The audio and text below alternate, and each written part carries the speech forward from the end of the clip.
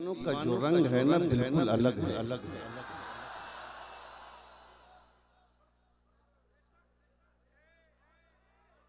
अरे आज तो दुनिया इतनी मतलबी है, दुनिया इतनी मतलबी है कि अगर बाप खर्चा देना बंद करे तो बाप तो भूल जाए, बेटा खर्चा देना बंद करे तो बाप बेटे को भूल जाए। लेकिन मैं पूछता हूँ ये दीवानगी का असल राज क्या है? इस दीवानगी की असल वजह क्या है? इस दीवानगी का असल सबब क्या है? तो बस एक ही वजह है कि जो अल्लाह के लिए काम करता है सारी खुदाई उसके कदमों में होती है।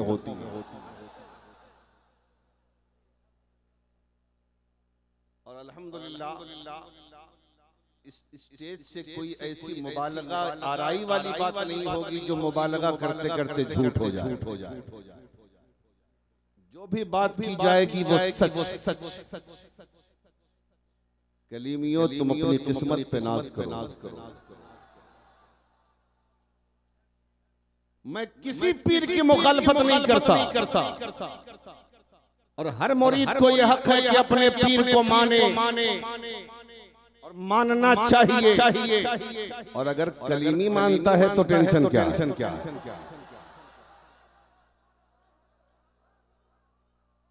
और कलीमी मानता भी इसलिए है कि फाजिले बरेलवी ने यही तो फरमाया है कि पीर तलाशो और जब तलाश करके अपने आप को पीर के हाथ पर बेच दो तो उस जमाने का सबसे बड़ा पीर अपने पीर को समझो।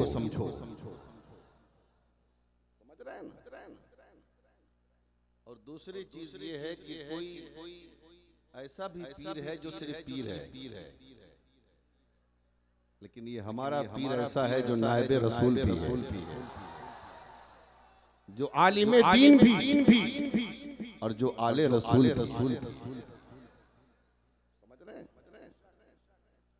इसलिए बोलने वाले बोलते रहेंगे। एक साहब कमरे में आके मुझसे कहने लगे बहुत सारी बातें। मैंने कहा ये बताओ अगर सूरज की कोई बुराई करता है तो सूरज पर क्या असर पड़ेगा? अगर चांद में कोई नुक्स निकालता है तो चांद का क्या बनेगा? अगर सूरज की बुराई करते हो तो सूरज से फायदा उठाना छोड़ दो। अगर चांद से टेंशन है तो चांद की चांदनी छोड़ दो। लेकिन छोड़ नहीं सकते मसऊद मिल्लत की जात ये मदरसे की खूबसूरत इमारत और ये आज जो रिजल्ट मदरसे ने आपको दिया ये क्या है? ये सरकार मसऊद मिल्लत की मेहनतों का समरा। समझ रहे हैं? टेंशन में तो नहीं हो। अब आज तो नहीं, लेकिन कभी ऐसा मौका मिला तो बताऊंगा कि पीर कहते किसे हैं, मुरीद कहा किसे जाता। लेकिन आज जो तकरीर होनी है बहुत अहम तकरीर होनी है। हाँ, बेवक्त की शहनाई अच्छी नहीं होती, हम वक्त पे शहनाई बजाते हैं।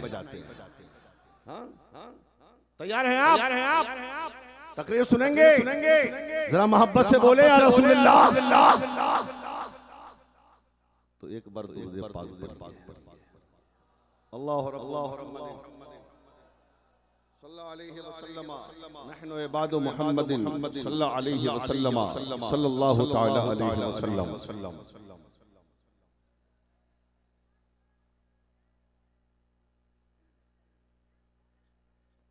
उनके रुखे सफा की सफा कुछ न पूछी।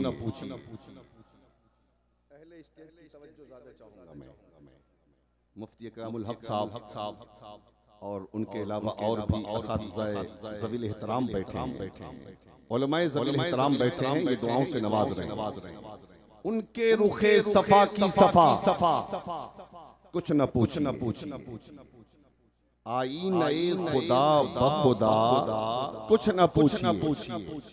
आईने खुदा बखुदा कुछ न पूछिए। जन्नत की सलसबील की कौसर की पूछिए। जन्नत की सलसबील की कौसर की पूछिए। उनकी गली की आबो हवा कुछ न पूछिए, उनकी गली की आबो हवा कुछ न पूछिए। और कौसैन तक पता है उस आका की सैर, कौसैन तक पता है उस आका की सैर का। फिर क्या हुआ, हुआ जो हुआ कुछ न पूछिए। फिर क्या हुआ, हुआ जो हुआ कुछ न पूछिए। और अपने को दे दिया हमें ख्वाजा की शक्ल में। अब तो बोल दे यार, अपने को दे दिया हमें ख्वाजा की शक्ल में। मेरे नबी की शाने अता कुछ न पूछिए, मेरे नबी की शाने अता कुछ न पूछिए। उनके रुखे सफा की सफा कुछ न पूछिए। और उनके हुजूर हाथ उठाने की देर थी, उनके हुजूर हाथ उठाने की देर थी। फिर क्या मिला जो मिला कुछ न पूछिए। फिर क्या मिला जो मिला कुछ न पूछिए। आई नए खुदा बखुदा कुछ न पूछिए। हज़रात, इंसान दुनिया में दो चीजों से मोहब्बत करता है। इंसान दुनिया में दो चीजों से सबसे ज्यादा प्यार करता है। एक माल है और एक औलाद। माल से मोहब्बत का हाल ये है कि इंसान सुबह से लेके शाम तक कोशिश करता है, शाम से लेके सुबह तक मेहनत करता है ताकि माल जमा हो जाए। न उसे बारिश का ख्याल है, न उसे सर्दी का ख्याल है, न उसे गर्मी का ख्याल है, न उसे धूप की तपिश का ख्याल है, न उसे भूख और प्यास की शिद्दत का ख्याल है, न उसे अपने आराम का ख्याल है। बस ये है रहने के लिए मकान नहीं, एक मकान बन जाए, चलने के लिए एक गाड़ी नहीं, एक गाड़ी बन जाए। इंसान दूसरी इंसान मुकम्मल तौर पर कोशिश करता है, नतीजा ये निकलता है मेहनतों के बाद एक इंसान बनाता है। दूसरी बात, एक बिल्डिंग बनाने के बाद उसके दिल में ये तमन्ना होती है एक घर तो बन गया, अगर दूसरा घर बन जाए तो उसे भाड़े पे लगा दूंगा तो पैसा आएगा। दूसरा बन गया, तीसरे की तमन्ना है, तीसरा बन गया, चौथे की तमन्ना है, चौथा बन गया, पांचवें की आरज़ू है, पांच मकान हो गए। गाड़ियों का नंबर आता है, एक गाड़ी खरीद लो ताकि उससे सफर किया जाए। एक गाड़ी खरीद लिया लेकिन दिल में ख्वाहिश होती है अगर दूसरी गाड़ी खरीद लिया जाए, भाड़े पे चलाई जाएगी तो पैसे आएंगे। 2 3 4 5 गाड़ियां खरीद लिया, नतीजा ये निकलता है दौलत का अंबार लग जाता है। दौलत से मोहब्बत करने का हाल ये है, एक नमाजी है, ज़ोहर में मस्जिद में नमाज पढ़ता है, असर में मस्जिद में नमाज पढ़ता है, मगरिब में मस्जिद में नमाज पढ़ता है, ऐशा में मस्जिद में नमाज पढ़ता है, लेकिन सख्त दिसंबर और जनवरी के मौसम में फजर की नमाज वो घर में पढ़ता है। इमाम साहब पूछते हैं, ए मियां, ज़ोहर मस्जिद में, असर मस्जिद में, मगरिब मस्जिद में, ऐशा मस्जिद में, फजर में कहाँ रहते हो? हजरत फजर में घर में रहता हो, घर में रहते हो, मस्जिद क्यों नहीं आते? हजरत ठंडी बहुत ज्यादा है, जाड़े का असर है, कुहासा बहुत ज्यादा है, कुत्ते भूखते हैं, इसलिए घर में ही पढ़ लेता हूँ। दरियापुर के कलीमी मुसलमानों, कलीमी शहनाइयों, मुझे बताओ अगर कोई ऐलान कर दे कि रात के 2 बजे दिसंबर और जनवरी की ठंडी में अगर मालदा स्टेशन जाओगे तो 1 लाख का इनाम मिलने वाला है, 50,000 का इनाम मिलने वाला है, तो कौन ऐसा शख्स है जो 2 बजे उठकर मालदा ना जाए, जो 2 बजे उठकर उस जगह पे ना जाए जहां इनाम मिलने वाला है? इसलिए वो जानता है 1 लाख कमाने के लिए महीने से 2 महीना चाहिए, 50,000 कमाने के लिए कई हफ्ते दरकार है, ये तो जाना ही है। और 50,000 मिल जाएगा, जाएंगे 1 लाख मिल जाएगा। इसलिए कि दौलत है तो इंसान दौलत से इस कदर मोहब्बत करता है कि सारी कुर्बानियां दौलत के लिए दे देता है। और रही बात औलाद की, औलाद कैसी भी हो वो माँ बाप के लिए आंखों का तारा है। औलाद अगर काली भी है ना, अगर बेटा काला है वो भी माँ बाप के लिए चांद का टुकड़ा है। इंसान दावा करता है ये जमीन हमारी है, ये मकान हमारा है, ये दौलत हमारी है, ये गाड़ियां हमारी है, ये बैंक बैलेंस हमारा है, ये हीरे जवाहर हमारे हैं, ये कोठियां हमारी है, ये बेटा हमारा है, ये बेटी हमारी है, ये औलाद हमारी है। लेकिन आओ हम कुरान से पूछते हैं, ऐ कुरान तो बता, जिस माल को अपना माल हमने कहा है, जिस दौलत को अपनी दौलत कहा है, जिस सरवत को अपना सरवत कहा है, जिस बेटे को अपना बेटा कहा है, जिस बेटी को अपनी बेटी कहा है, इस माल दौलत और औलाद की हकीकत क्या है? तो कुरान कहता है लोगों सुन लो, ये दौलत भी तुम्हारे लिए इम्तिहान है और ये औलाद भी तुम्हारे लिए इम्तिहान है। अल्लाह दौलत देकर भी तुम्हारा इम्तिहान ले रहा है और अल्लाह औलाद देकर भी इम्तिहान ले रहा है। इसलिए अल्लाह माल देना कभी तकब्बुर मत करना, अल्लाह दौलत दे कभी गुरूर मत करना, अल्लाह औलाद दे कभी तकब्बुर मत करना। ये माल और दौलत तुम्हारे पास वक्त मुकर्ररा के लिए, रब जब चाहेगा ये माल भी तुमसे छीन लेगा, ये तुम्हारी औलादें भी तुमसे ले ली जाएगी। इसलिए फख्र मत करना, हर लम्हा हर घड़ी अल्लाह का शुक्र अदा करता रहना। लेकिन वो माल जो राह खुदा में खर्च किया जाए, वो माल जो मदरसे की तामीर में खर्च किया जाए, वो माल जो मदरसे के ताउन में खर्च किया जाए, वो माल जो उलमा की खिदमत में खर्च किया जाए, वो माल जो नबी के मेहमानों की मेहमान नवाजी में खर्च किया जाए, वो माल जो किसी बेवा के सर पर दुपट्टा रखने में खर्च किया जाए, वो माल जो किसी गरीब की बेटी की शादी पे खर्च किया जाए, वो माल जो किसी यतीम के सर पर दस्ते शस्त्र रखने में खर्च किया जाए, ऐसा माल इंसान के लिए निजात का जरिया। अरे अब तो बोलो, जरा जोर से बोल दो या रसूल अल्लाह। और वो औलाद जिसको आपने आलिम दीन बनाया, जिसको आपने हाफिज कुरान बनाया, जिसको आपने कारी कुरान बनाया, ये आपकी औलादें आपके लिए निजात का जरिया। लेकिन आज मदरसों में किसका बेटा पढ़ता है? रिक्शा चलाने वाले, तांगा चलाने वाले, मजदूरी करने वाले, ईंटा उठाने वाले का, मिस्त्री का बेटा पढ़ता है।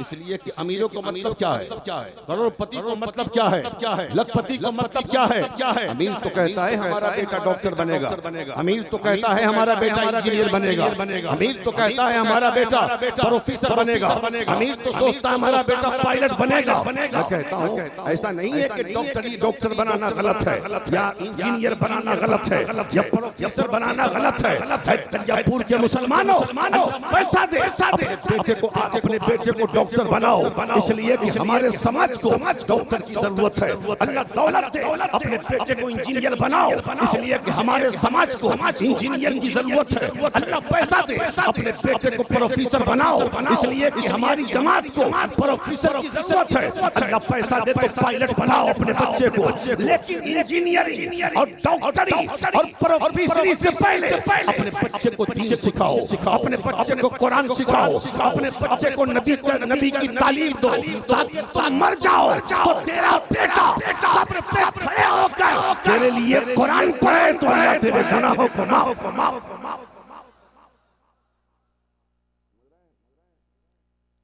एक बात जान लो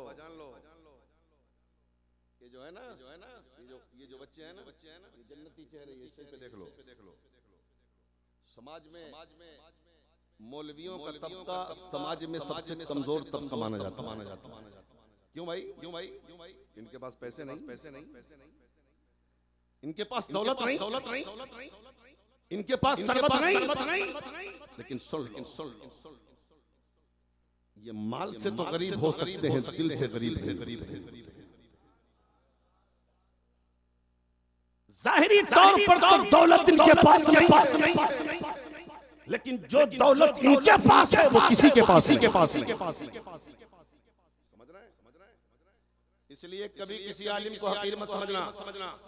और सुन लो, ये बच्चे हैं ना, इनको मैं बादशाह कहता हूँ।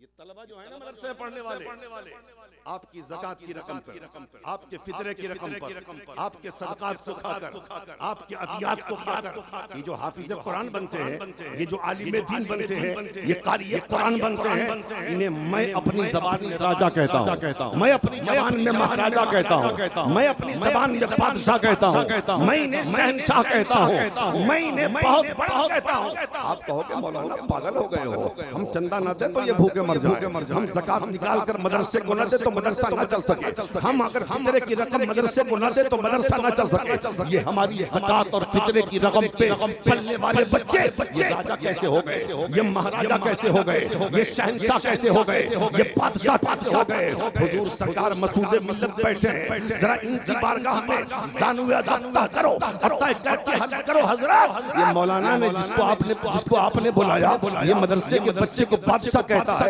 ये राजा कहता है, ये महाराजा कहता है, तो हुजूर मसूदे मिल्लत फरमाएंगे बेटा ये वो नहीं कह रहे, ये मुस्तफा का फरमान जोर से बोलो, जोर से यार और मोहब्बत से बोलो या रसूल अल्लाह।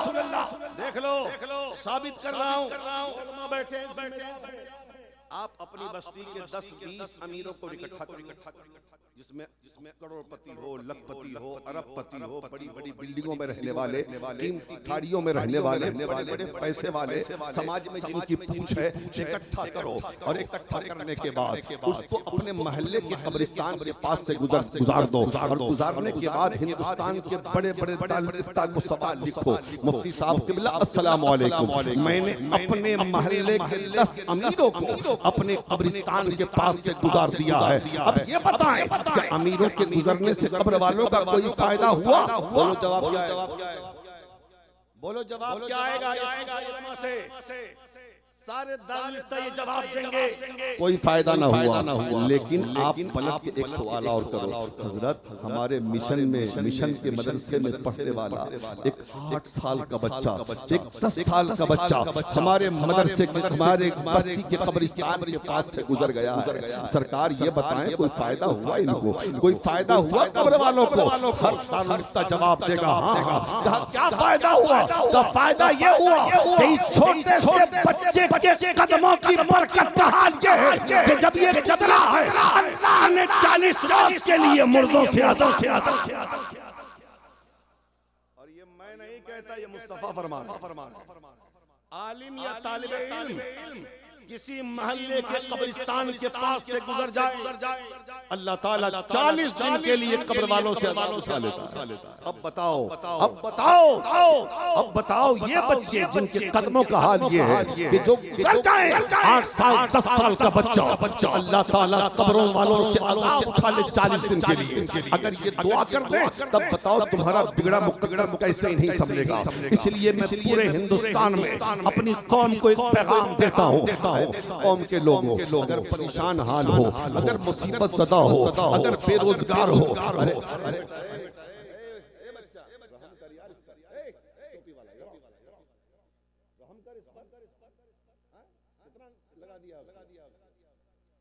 निकालो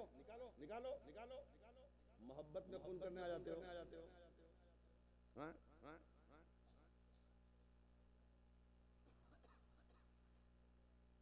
सुनो इधर मैं कर रहा था कि अगर बेरोजगार हो, परेशान हाल हो, मुसीबत ज़दा हो और बीमार हो, रोजगार से नहीं लगे हो, मुसीबतों ने चारों तरफ से घेर लिया है, तो एक मशवरा देता हूँ, घर में जाओ, इमाम साहब से दुआ बाद में कराना, मुफ्ती साहब से दुआ बाद में कराना, अल्लामा साहब से दुआ बाद में कराना, खतीब साहब से दुआ बाद में कराना। अगर माँ जिंदा है घर में तो अपनी माँ के पास चला जा और माँ के पास जाकर माँ के कदमों को चूम कर अम्मी जान बीमार हुई दुआ कर दीजिए, अल्लाह शिफा दे दे। बेरोजगार हो दुआ कर दीजिए, अल्लाह शिफा दे दे। परेशानियों से घुरा हुआ हो दुआ कर दीजिए, अल्लाह परेशानियों से निजात दे दे। कसम खुदा की अगर बूढ़ी माने तो उठाकर अपनी तोतली ज़बान से तुम्हारे लिए दुआ कर दिया, अल्लाह ताला माँ की दुआ को रद्द नहीं फरमाएगा। माँ की दुआ की वजह से अल्लाह तुम्हारी मुसीबतों को दूर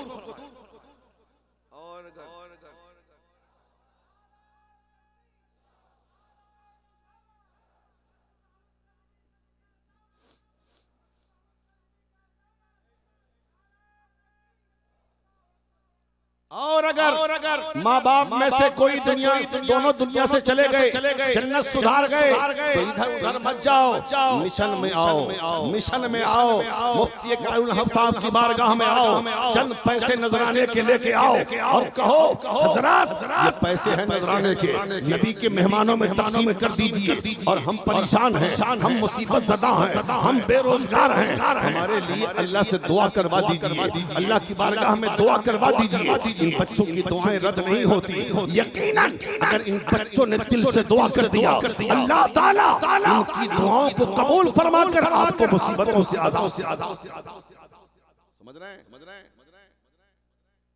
अच्छा ये बताइए, आप सुन रहे हैं कि हम अपनी पटरी बदल रहे हैं, ये बोलिए हमको बदलना खूब आता है, जरा जोर से बोले और मोहब्बत से और प्यार से बोले या रसूलुल्लाह।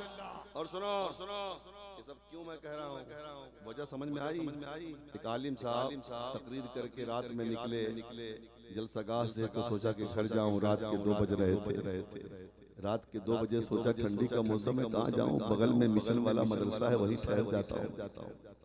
अब ये मदरसा नहीं, बात हकीकत है, मदरसा है। आलिम साहब ने सोचा 2-3 घंटे कहीं गुजार लूं, फजर के बाद निकल जाऊंगा। एक मदरसे में पहुंच गए, 2 बज रहे थे, असातिज़ा सोए थे, तलबा सोए थे, एक बड़े से हॉल में चले गए, देखा 8 साल 10 साल के सारे बच्चे एक लाइन से सो रहे हैं। बताओ नबी का मेहमान सो रहा हो कितना अच्छा लग रहा हो। जरा जोर से और मोहब्बत से चारों तरफ देखते रहे, मुआयना करते रहे, देखते देखते अचानक उनके कान में कुरान की तिलावत की आवाज आई, कुरान पढ़ने की आवाज आई। आलिम साहब चौंक गए कि कोई जगह तो नहीं, कोई जगह तो नहीं, पढ़ कौन रहा है? पढ़ने वाला नजर नहीं आता, लेकिन तिलावत कुरान की आवाज बदस्तूर आ रही। बहुत गौर करने के बाद देखा कि एक 8 साल का बच्चा नींद में कुरान पढ़ रहा। जरा जोर से बोलो यार, नींद में कुरान पढ़ रहा है। अब बता मदरसे का बच्चा सोए तो कुरान पढ़े, उठे तो कुरान पढ़े, बैठे तो कुरान पढ़े, चले तो कुरान पढ़े, हर लम्हा कुरान पढ़े, जिसके सीने में भी कुरान हो और जिसकी ज़बान पर भी कुरान हो। अगर बताओ उस बच्चे ने दुआ कर दी तो बता अल्लाह तेरे मुकद्दर को सवार देगा कि नहीं? इसलिए उलमा से मोहब्बत करो, उलमा की ताज़ीम करो, उलमा की खिदमत करो। हमारा आलिम कितना बड़ा साबिर होता है, देख रहे हैं। हज तनख्वाहों के ताल्लुक से पूरी दुनिया में एहतजाज होते हैं, आलिम कभी एहतजाज नहीं करता। ठीक है, इस तरफ मैं नहीं जाऊंगा, मैं सीधी बात करूं। अपने बच्चे को डॉक्टर बनाओ, इंजीनियर बनाओ, प्रोफेसर बनाओ, पायलट बनाओ, दीन सिखाओ, दीनदार बनाओ, और साथ में आशिक रसूल बनाओ। बोलो आशिक रसूल बनाओ, आशिक अहले बैत बनाओ। और जब आशिक अहले बैत आशिक रसूल होगा तो टेंशन कुछ नहीं। बैठे हो भाई, कोई बहुत ज्यादा टेंशन है। नबी का गुलाम टेंशन लेता कब है? टेंशन देता है। कभी टेंशन मत लो। इसलिए कि हमारा सच्चा पीर हमारे सामने है। हमारे तो दोनों हाथ में लड्डू है यार। कोई अगर बदमाशी कर रहा हो कि खाली ये लोग पीर साहब को मानता है, पीर साहब को मानता है, तो हजरत सिर्फ पीर साहब थोड़ी ना, हजरत एक आलिम दीन भी है, औलादे अली भी है, औलादे गौसुल आजम भी है। सिलसिला मिलता है गरीब नवाज का। हम तो इनके हिंदुस्तान में रहते हैं, हम तो इनके मुल्क में रहते हैं। हमारी हिफाजत की जिम्मेदारी इन बुजुर्गों की है। और आज हिंदुस्तान जो सलामत है, ये सिलसिले चिश्तिया और सिलसिले कादरिया के बुजुर्गों के कदमों। इसलिए सुन लो, बुजुर्गों में कोई इख्तिलाफ नहीं, गौसे आजम भी हमारे, गरीब नवाज भी हमारे, मखदूम अशरफ भी हमारे, महबूबे इलाही भी हमारे, बाबा फरीदुद्दीन गंज शकर भी हमारे, महबूबे इलाही भी हमारे, हाँ कुतुबुद्दीन बख्तियार काकी भी हमारे, मखदूमे बिहारी भी हमारे, अलाउल हक कंडवी भी हमारे, इमाम अहमद रजा भी हमारे, हर अल्लाह का वली हमारा। और सबसे बड़ी बात यह है कि हम कादरी हैं। जो कादरी है वो सब है, जो कादरी नहीं वो कुछ नहीं। मैंने एक बात याद आ गई, तो सुन लो आप। मैं किसी पीर के खिलाफ कुछ बोलता नहीं, जो जैसा करे वो। लेकिन एक मर्तबा मुहर्रम में जब मैं आया और हुजूर से मेरी मुलाकात बंद कमरे में हुई, बैठे हैं, मैं झूठ नहीं बोलता अल्हम्दुलिल्लाह। तो जब बात ऐसे तकरीरों पे जलसों के बारे में चलते बात हुई, तो मैंने कहा कितना बड़ा अलमिया है आज, हाँ कि आज लोग जलसे में नबी का जिक्र नहीं करते, गौसे पाक का जिक्र नहीं करते, गरीब नवाज का जिक्र नहीं करते। सिर्फ और सिर्फ जो पीर स्टेज पे होता है उन्हीं बेजा और झूठी करामतें लोग बयान करते हैं, गड़ के। और पीर साहब भी बड़े खुश होते हैं। शायर आता है तो शेर पढ़ता है तो उन्हीं के ताल्लुक से पढ़ता है, झूठा शेर खूब इनाम बांटता है। हजरत ने फरमाया यही तो अफसोस है आज स्टेजों पर नबी का जिक्र हो, आज हुजूर का जिक्र हो, आज गौसे का जिक्र हो, गरीब नवाज का जिक्र हो, कलीबियों मुबारक हो। हर पीर अपनी तारीफ चाहता है, मसूद मिल्लत मुस्तफा की तारीफ चाहता है।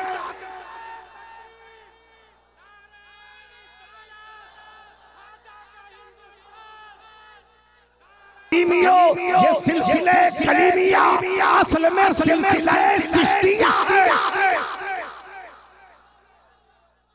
असल में सिलसिला चिश्तिया है। अब बताओ दुनिया में चिश्ती कहाँ नहीं, दुनिया में चिश्ती कहाँ नहीं। तो मुबारक हो, हर पीर अपनी करामतें बयान करवाता है, किताबों में लिखवाता है, अशार पढ़वाता है। लेकिन सरकार मसूदे मिल्लत कहते हैं बेटा स्टेज पर मुस्तफा का जिक्र किया करो, स्टेज पर गौसे आज़म का जिक्र करो, स्टेज पे गरीब नवाज का तज़किरा। और यही तो सच्चे पीर की निशानी है, जो अपने आप को छुपाए। जो सच्चा पीर होता है, जो सच्चे में वली होता है, वो अपने आप को छुपाता है। और जितना छुपाता है उतना अल्लाह उसे छाप देता है। मसूदे मिल्लत अपने आप को छुपाते रहे, पूरे जमाने पे अल्लाह ने छाप। इसीलिए तो ये दीवानगी, ये मस्तानगी है, ये मोहब्बत के नगमे है, ये जम्मे गफीर है। नहीं तो हमने तो पीर साहब को ऐसे पीर साहब को देखा स्टेज पे आते हैं तो 10-20 लोग रहते हैं, बाकी कुर्सियां रहती हैं। समझ रहे हैं? आप बोले तकरीर सुनोगे? सच्ची में सुनोगे? हाथ उठाओ, कौन नहीं सुनेगा? सुनोगे ना? अरे वाह, बड़े अच्छे लग रहे हो यार, संपदा की। हाँ, मोहब्बत से बोल दो या रसूल अल्लाह, और प्यार से बोलो या रसूल अल्लाह।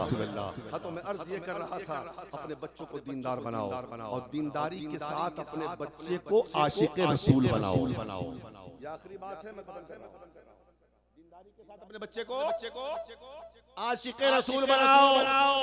अब मैं जब कहूंगा तो आप कहेंगे मौलाना आशिक़े रसूल बनाने का तरीका क्या है? आशिक़े रसूल कैसे बनाया जाए?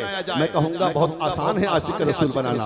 अपने बच्चे को दुरूद पाक का आदी बनाओ, अपने बच्चे को दरूद पाक का आदी बनाओ। इसलिए कह रहा हूँ आशिक़े रसूल बनाने को, डॉक्टर बनेगा हो सकता है गुमराह हो जाए, इंजीनियर बनेगा हो सकता है गुमराह हो जाए, प्रोफेसर बनेगा हो सकता है गुमराह हो जाए, मौलवी बनेगा हो सकता है गुमराह हो जाए, हाँ मुफ्ती बनेगा हो सकता है गुमराह हो जाए। कितने डॉक्टर गुमराह हो गए, कितने इंजीनियर गुमराह हो गए, कितने प्रोफेसर गुमराह हो गए, कितने मौलवी गुमराह हो गए, कितने मुफ्ती गुमराह हो गए। गुमराह हो सकता है लेकिन अगर इंजीनियर भी होगा आशिक रसूल भी होगा, डॉक्टर भी होगा आशिक रसूल भी होगा, प्रोफेसर भी होगा आशिक रसूल भी होगा, आलिम भी होगा आशिक रसूल भी होगा, मुफ्ती भी होगा आशिक रसूल भी होगा, तो कभी गुमराह हो सकता है न उसके ईमान और अकीदे का कोई सौदा इसलिए आज बनाओ और दुरूद पाक आदि बनाओ, अपने बच्चों को दुरूद सिखाओ, अपने बच्चों को नबी पर सलाम सिखाओ। दुरूद पाक की बात आई है ना, तो मुझे एक बात बहुत खूबसूरत याद आ रही है, जरा मोहब्बत से सुन लो, बड़ा मजा आ जाएगा। एक किताब है दुरूद शरीफ की, जिस किताब का नाम दलाइलुल खैरात शरीफ है। क्या नाम है? क्या नाम है? क्या नाम है? अरे बोलो ना, नाम बोलना है, दांत दिखलाएगा सर। बोलो दलाइलुल खैरात। क्या नाम है? दलाइलुल खैरात शरीफ दुरूद शरीफ की किताब है। और खुशखबरी सुन लो, सिलसिले चिश्तिया के बुजुर्ग सिलसिले चिश्तिया में आज भी इस किताब को वजीफे के तौर पे पढ़ी जाती है। समझ रहे हैं? वजीफे के तौर पे पढ़ी जाती है। और बुजुर्गों ने फरमाया अगर तुम्हारा कोई काम नहीं होता, तुम्हारी दुआएं कबूल नहीं होती, तुम परेशान हो, तुम मुसीबत के मारे हो, तो एक हफ्ते में इस किताब को पढ़ो, और पढ़ने के बाद इस किताब के वसीले से तुम रब की बारगाह में दुआ मांगो, अल्लाह ताला तुम्हारी तमाम नेक दुआओं को कबूल फरमाए। जरा जोर से बोल। अगर जिंदगी बाकी रही तो कभी पढ़ लेना किताब। सोमवार से शुरू है, सोमवार, मंगल, बुध, जुमरात, जुमा उसमें बना हुआ है सब। इतवार को खत्म करना है, दुआ करना। समझ रहे हैं? 800 दुरूद पाक इस किताब में है। शुरू भी दुरूद शरीफ से है और खत्म भी दुरूद शरीफ पर है।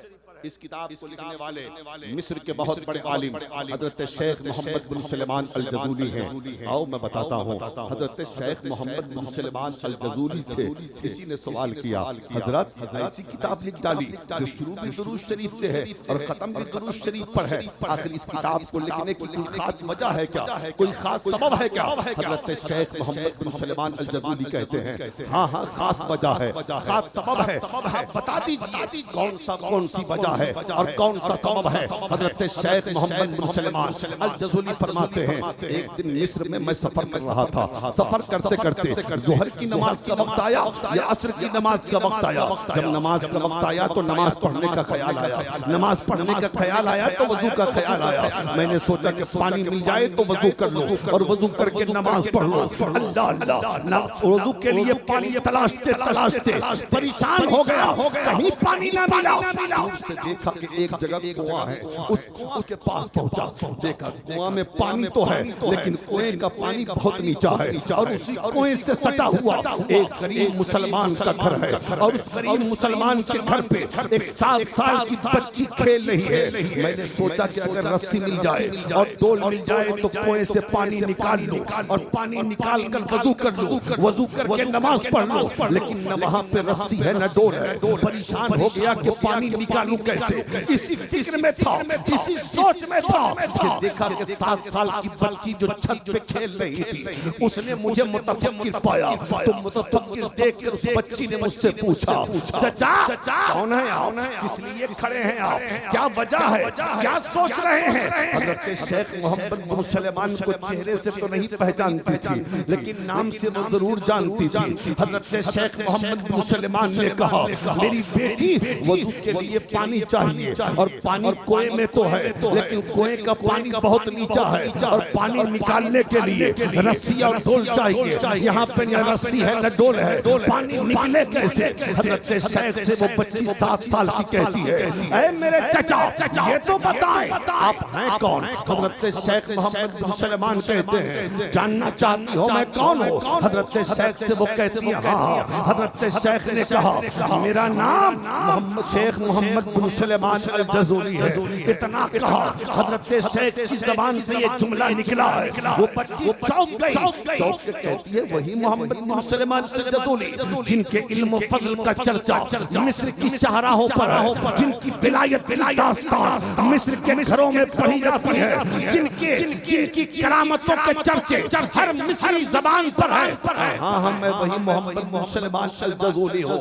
इतना जब कहा तो वो 7 साल की बच्ची कहती है चाचा इतने बड़े आलिम हैं आप, इतने बड़े अल्लाह के वली हैं आप, इतने बड़े साहिब तक़वा हैं आप, इतने बड़े साहिब करामत हैं आप, इतने बड़े साहिब इल्म फज़ल हैं आप, उसके बाद भी आपको कुएं से पानी निकालना नहीं आता। हजरत शेख मोहम्मद बिन सलमान कहते हैं लगता है बच्ची ने समझा नहीं। हजरत शेख ने कहा बेटी पानी तो निकलता लेकिन जब रस्सी और डोल होते तब तो, यहाँ पे न रस्सी है न डोल है, आखिर पानी निकले कैसे? हजरत शेख से वो 7 साल की बच्ची कहती है दरियापुर में आने वाले इसके शहजादों गौर से सुन, वो 7 साल की बच्ची, मेरी माँ बहनों तुम भी सुन लेना, वो 7 साल की बच्ची एक आलिम दीन से कह रही है, एक अल्लाह के वली से कह रही है, एक इल्म फज़ल के ताजदार से कह रही है चाचा आपको बगैर रस्सी डोल के पानी निकालना नहीं आता,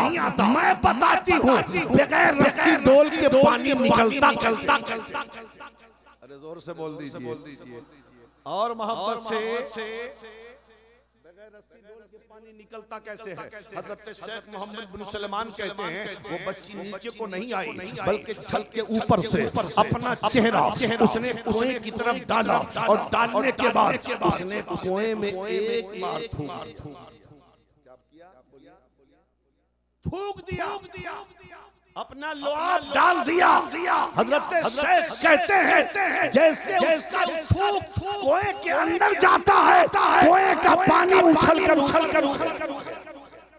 अब तो बोल दो यार जोर से और बोलो यार रसूल अल्लाह। कुएं का पानी उछल के ऊपर को आ गया। हजरत शेख देखते रह गए। वो 7 साल की बच्ची कहती है चाचा पानी कुएं से ऐसे निकलता है। अब जाए वजू कर ले। हजरत शेख कहते हैं मैं वजू करना भूल गया। एक तरफ उसकी ये करामत देख रहा हूँ, दूसरी तरफ उसकी उम्र देख रहा हूँ। हमारे घरों में भी 7 साल की बच्चियां, हमारे घरों में भी 8 साल की बच्चियां हैं और एक 7 साल की बच्ची वो जिसके लुआब की बरकत का हाल ये हुआ कि कुएं का पानी फव्वारा बनके ऊपर से जारी हो गया। हजरत शेख मोहम्मद बिन सलमान कहते हैं बेटे वजू तो मैं बनाऊंगा जरूर, लेकिन ये बता कि तुझे इतना ऊंचा मकाम कैसे मिल गया? जरा अरे ठेला गाड़ी कहाँ है यार? सुभान अल्लाह तो कहना है ना। पीरो मुर्शिद को खुश करना है तो अल्लाह की पाकी बयान करो, अल्लाह की किबरियाई बयान करो, हुजूर की नबूवत और रिसालत का इकरार और ऐलान करो। बोलो या रसूल अल्लाह। बच्ची से कहा हजरत ने बेटी बता इतना ऊंचा मकाम तुझे कैसे मिल गया इस उम्र में? वो बच्ची कहती है चाचा इतने बड़े आलिम हैं आप ये भी नहीं जानते। का बेटी बता दे तो वो कहती है चाचा मेरी छोटी उम्र मत देखिए, मेरा बड़ा वजीफा मेरी छोटी उम्र मत देखिए, मेरा बड़ा वजीफा देखिए। कहा बेटी क्या वजीफा पढ़ती है? कहा मेरे चाचा मैं जब बड़ी हुई ना, जब मैंने दूध छोड़ा, मैंने होश संभाला, मेरी माँ ने मुझे दुरूद पढ़ना सिखाया, नबी पर सलाम पढ़ना सिखाया। मैं जब होश संभाली मैंने दुरूद भी याद कर लिया, सलाम भी याद कर लिया। अब मेरा वजीफा नबी पर दुरूद पढ़ना है, मेरा वजीफा नबी पर सलाम पढ़ना है। मेरी जिंदगी का हिस्सा जो 7 साल गुजरा है अक्सर मुस्तफा पर दुरूद पढ़ने में, अक्सर मुस्तफा पर सलाम पढ़ने में। मैं सुबह तो नबी पर दुरूद पढ़ती हूँ, दोपहर में मुस्तफा पर दुरूद, शाम को मुस्तफा पर दुरूद, रात में मुस्तफा पर दुरूद, सोते वक्त मुस्तफा पर दुरूद। जिंदगी का हर लम्हा मुस्तफा पर दुरूद पढ़ने में गुजरता है। जिस दुरूद की बरकत है कि अल्लाह ने मुझे इतना ऊंचा अता फरमा। चाचा जाए वजू कर ले। हजरत शेख मोहम्मद बिन सलमान चले वजू करने। आधे रास्ते में पहुंचे कि बच्ची ने फिर आवाज दिया चाचा सुनिए एक सवाल का जवाब दे दीजिए। आ गए करीब में, कहा बेटी बोल। अब जरा सवाल समझिए, जवाब समझिए और मचल जाए। एक शख्स भी खामोश नहीं रहेगा। वो शख्स वो बच्ची कहती है चाचा ये बताएं क्या आप उनको जानते हैं जिन पर दुरूद पढ़ने से अल्लाह इतना ऊंचा मकाम देता है? जरा जोर से चचा आप उनको जानते हैं जिन पर दुरूद पढ़ने से अल्लाह इतना ऊंचा मकाम देता है। अब बताओ हम जैसा मौलवी होता, मौलाना खलील साहब जैसा आलिम होता, मुफ्ती इकरामुल हक साहब जैसा आलिम दीन होता, स्टेज पे बैठे उलमा की तरह आलिम होते तो कहते ये 7 साल की बच्ची मुझसे पूछ रही है कि आप जानते हैं, हम नहीं जानेंगे तो कौन जानेगा। लेकिन बाहरे हज़रत शेख मोहम्मद बिन सलमान अल गज़ोली जब 7 साल की बच्ची ने सवाल किया, चाचा क्या आप उसे जानते हैं जिन पर दुरूद पढ़ने से अल्लाह इतना ऊंचा मकाम देता है। हज़रत शेख ने कहा बेटी मैं जानता तो जरूर हूँ, लेकिन लगता है कि तू मुझसे ज्यादा उन्हें पहचाने। लगता है तू मुझसे ज्यादा उन्हें पहचानती है। तू बता दे कौन है, तू बता दे कौन है वो। चाचा बता दूं कौन है वो, चाचा बता दूं कौन है वो, चाचा बता दूं कौन है वो। हाँ मेरी बेटी बता दे कौन है वो। अब जरा उस बच्ची का जवाब सुनना। वो बच्ची कहती है चाचा वो रहमत वाले मुस्तफा, वो रहमत वाले मुस्तफा है। जब वो जंगलों में चले जाते हैं तो जंगल के दरिंदे भी अपनी झाड़ियां छोड़कर जिनके दामने रहमत से लिपट जाया करते हैं, दामने करम से लिपट जाया करते हैं, वो रहमत वाले मुस्तफा हैं। पर दुरूद पढ़ने से अल्लाह ऊंचा मकाम। हजरत शेख मोहम्मद बिन सलमान ने वहीं पर खड़े खड़े ये सोच लिया ऐसी किताब लिखूंगा जो शुरू भी दुरूद शरीफ से हो और खत्म भी दुरूद शरीफ पर हो। उसी किताब को लिखा तो नाम रखा दलाइलुल खैरात शरीफ, जिसको अकाबरीन ने पढ़ा, बुजुर्गान दीन ने पढ़ा, सिलसिला चिश्तिया के बुजुर्गों ने पढ़ा और बुजुर्गों ने पढ़कर आज तक जिसको अपने वजीफे में शामिल कर रखा है। इसलिए मैं कहना चाहता हूँ अगर कब्र में रोशनी चाहते हो, अगर बेरोजगारी है, अगर परेशानी हाली है, कभी अल्लाह तौफीक दे मार्केट से उस किताब को खरीदो और खरीद कर 1 हफ्ता पढ़ो, फिर देखो दिलों को कितना सुकून मिलता। इसलिए मेरे भाई अपने बच्चों को आशिक बनाओ, अपने बच्चे को आलिम दीन बनाओ, अपने बच्चे को हाफिज कुरान बनाओ। समझ रहे हैं? और दीवानगी कहा गया है, सिर्फ दीवाना मत बनाओ, दीवाना बनना चाहिए। समझ रहे हैं ना? दीवाने की नजरों को जहां देख रहा है और दीवाना खुदा जाने कहां देख रहा है। और पीर से मोहब्बत की दीवानगी का हाल बड़ा अजब होता है यार। मुझे एक कहानी गरीब नवाज की याद आ रही है, कह दो तो सुना दें। एक कहानी गरीब नवाज की सुनोगे? जरा मोहब्बत से बोलो या रसूलुल्लाह। जब सरकार गरीब नवाज अजमेर शरीफ आए ना तो सरकार गरीब नवाज ने अपना खेमा लगा लिया। जब खेमा लगा लिया तो एक हिंदू लड़का बाहर में पढ़ता था, उसका बाप नहीं था, सिर्फ उसकी माँ थी उसके घर में।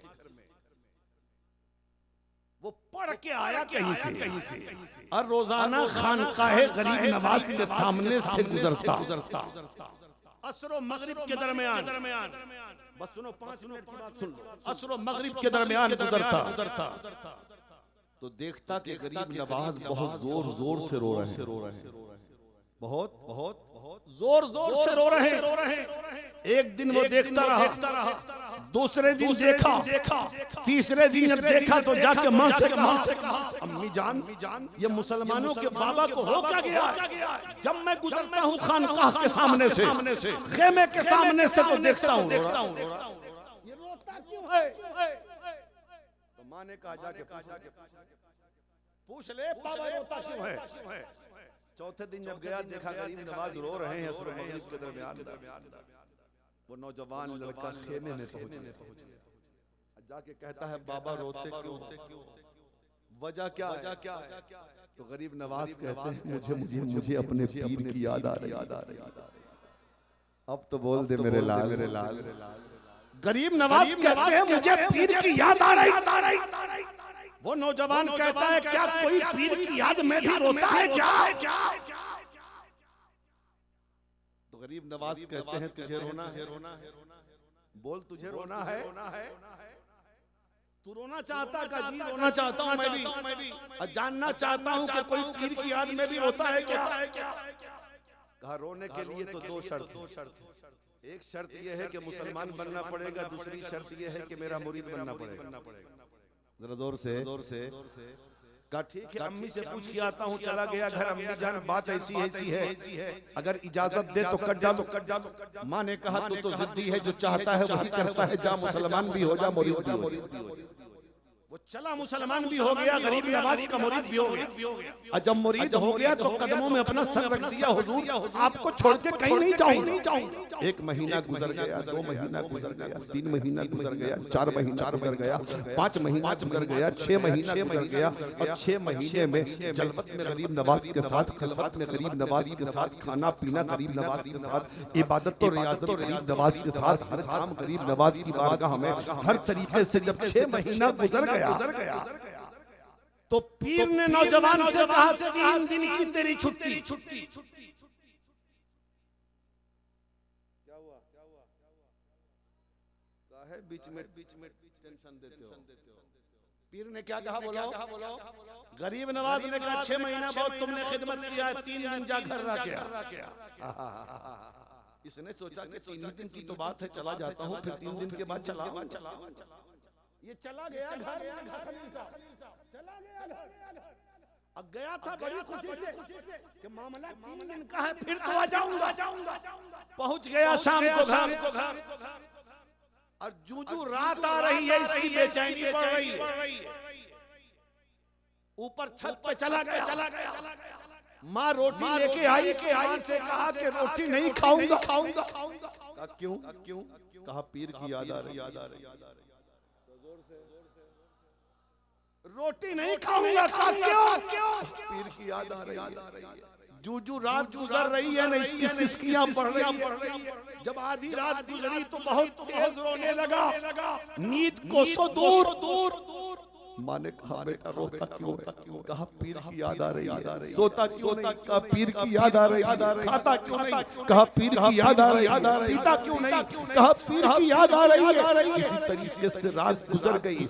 सुबह माँ से उस बच्चे ने कहा, अम्मी जान चले जाइए गरीब नवाज की बारगाह में, एक रात गुजरना मुश्किल है, 3 दिन कैसे गुजरेगा पीर के बगैर? जाइए और कहिए कि मुझे बुला ले। जोर से कहिए, मुझे बुला ले। पहुंच गई खानकाह गरीब नवाज के यहाँ। जब गरीब नवाज के यहाँ पहुंची तो उसकी माँ को देख कर गरीब ने बताओ बीबी क्या बात है? कहा मेरा बेटा कल तो गया है, रात भर सोया नहीं, खाना नहीं खाया है, पानी नहीं पी रहा है। कहा क्या रहा है? कहता है पीर की याद आ रही,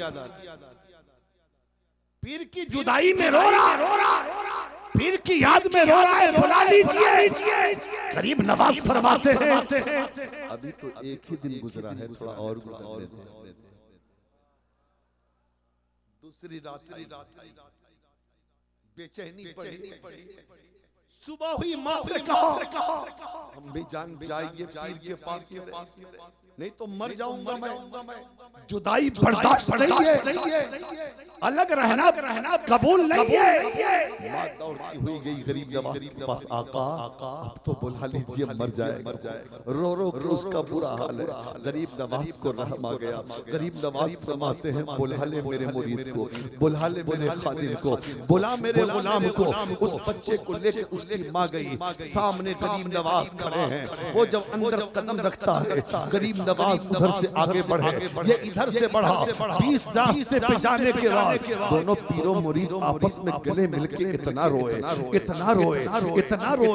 जमाना आज भी तारीख में महफूज है। हजरत गरीब नवाज फरमाते हैं, मेरे मुरीद ये बता, खाना क्यों नहीं खा रहा था?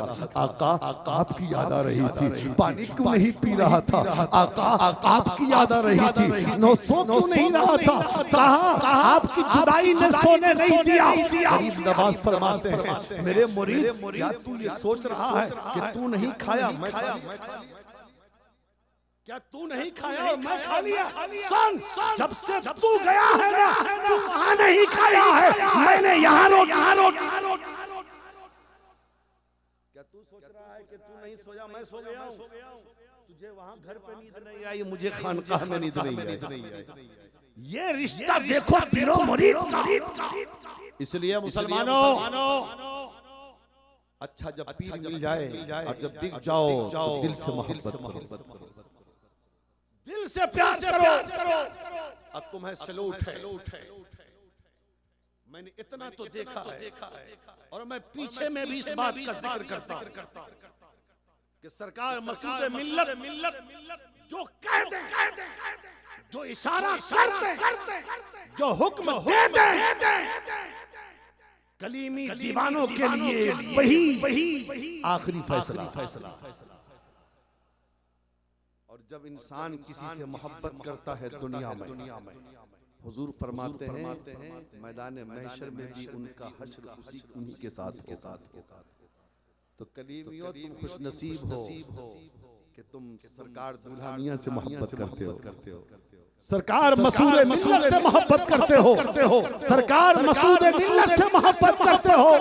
तुम्हारे हाथों में आले अली का दामन है, औलाद रसूल का दामन है, अहले बैते नबूवत का दामन है, मुस्तफा की आल का दामन है। यहाँ भी कामयाब हो, मैदान महशर में भी तुम्हारे हाथ में ही नहीं।